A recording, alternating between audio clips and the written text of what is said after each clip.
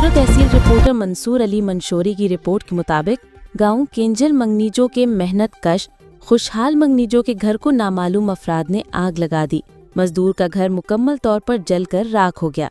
गांव वालों ने मौके पर पहुंचकर अपनी मदद आप के तहत आग पर काबू पा लिया।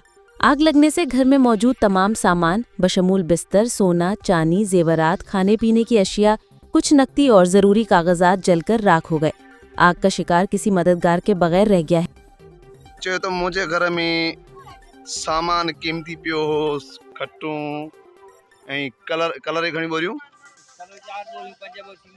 4 बोरियूं कलर जूं, सीमेंट जूं 4-5 बोरियूं सीमेंट जूं, बैटरी सोलर प्लेटूं सड़ी राख थी वयूं। मुतासिरीन जी अपील आहे त मदद जी इन ग़रीब सां इंसाफ़